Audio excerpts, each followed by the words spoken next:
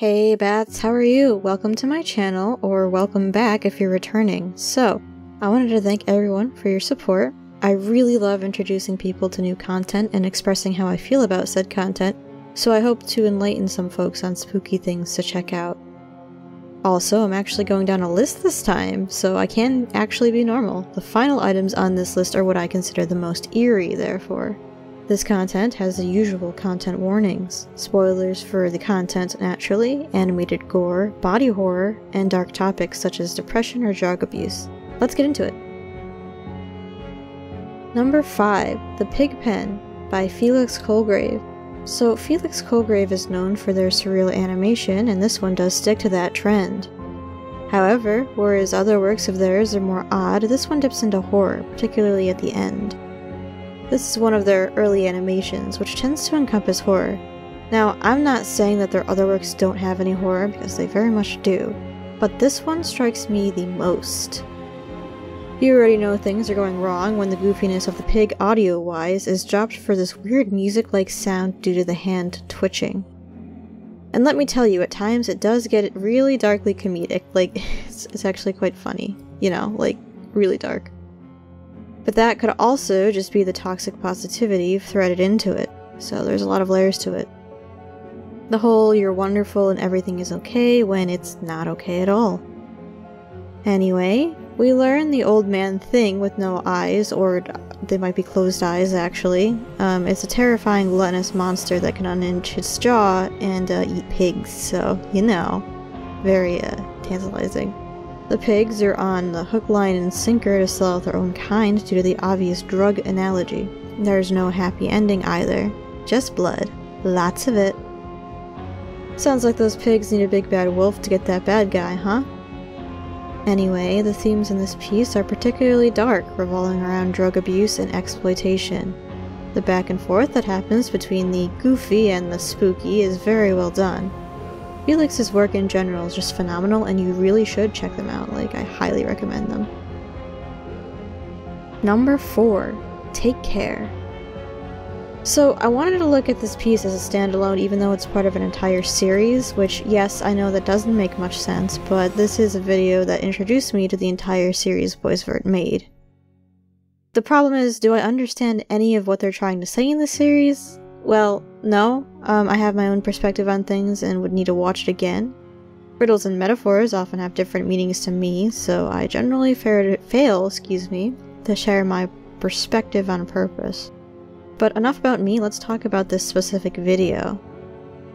We have hints throughout the short runtime that something is wrong. This starts with the demon thing, and by the way, that character's name is Room, I believe, like, you know, going into a room. And this character is going by the window when a reasonable hour is mentioned. But more than that, what is the real turning point for me really is when the music is paused for several beats when we see the ignore the noise downstairs. I can talk properly, I promise. Then, of course, the end of the video came. What struck me the most is that music change. Like, it's really, really creepy. It went from that pleasant tune to something twisted, and then the whispers started. And well, it comes across as, like I said, just completely creepy, off-putting. Like, audio does a lot for me, I swear. Room's eyes in this, by the way, surpass the screen and into your soul, so this video is enough, is enough to really be off-putting. And yes, the entire series is great, and maybe I'll talk about more in a later time if people are interested, but this video in particular though, it really captures the feeling of how long has it been since I've been outside, or even has this all been a dream, so the surrealism in horror is just phenomenal. Number 3. Henry Eats. It should be no surprise Ben Wheel showed up here again. Their content showed up on another list of mine naturally, but I wanted to talk about the video tons of horror fans have seen already. It's kind of the intro video to their channel. While yes, it's up there in view count and others have already talked about it, now it is my turn. This movie has a very surreal horror, like Boys Vert, of course, but in a very different way. Our protagonist, do we call him that? Sure, protagonist gets tapped by a fly. I am a mature adult, trust me. I totally didn't intend on wording it like that. But seriously, a flying thing turns him into tap water. His head's secretions get poured into a cup, and it's very unpleasant. Also, is this guy dead or alive? Who knows? They look like a rotting corpse, and either way, to me, the fluid looks like pus, which is absolutely disgusting. It's gross out, so well done gross out, but gross out. Then Henry, with all of his teeth, yes, you heard me right, I'm calling the dude who crawled out from the wall Henry, comes out and eats. So that's why I call him Henry. Sure, okay, he's drinking, but he's the only one eating in this situation. What was the name of the guy whose pus gets sipped on? Who knows? He doesn't eat though, so I don't think it's Henry.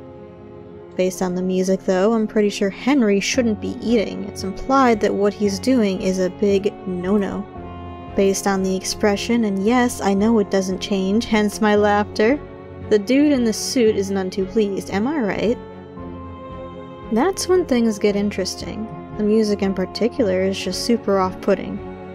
We have our protagonist, Henry. Wait, Henry? There's two things that eat in this video.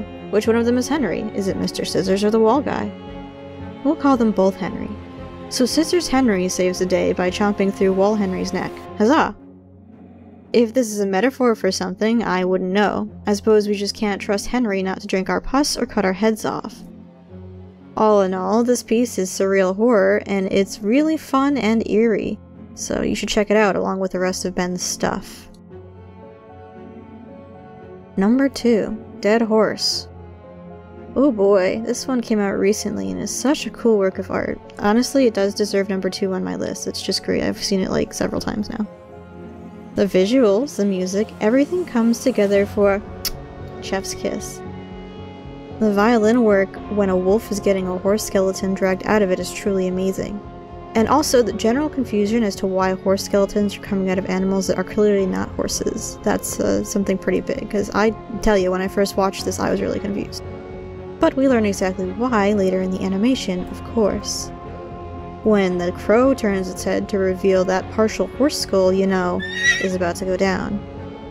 The monster reveals itself and all seems lost, but in the end, the monster is in fact defeated.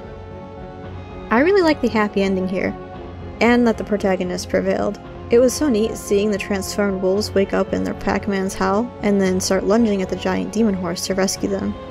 And I know I'm getting all gushy, but it's cool to see the wolves are still themselves despite being transformed into something else.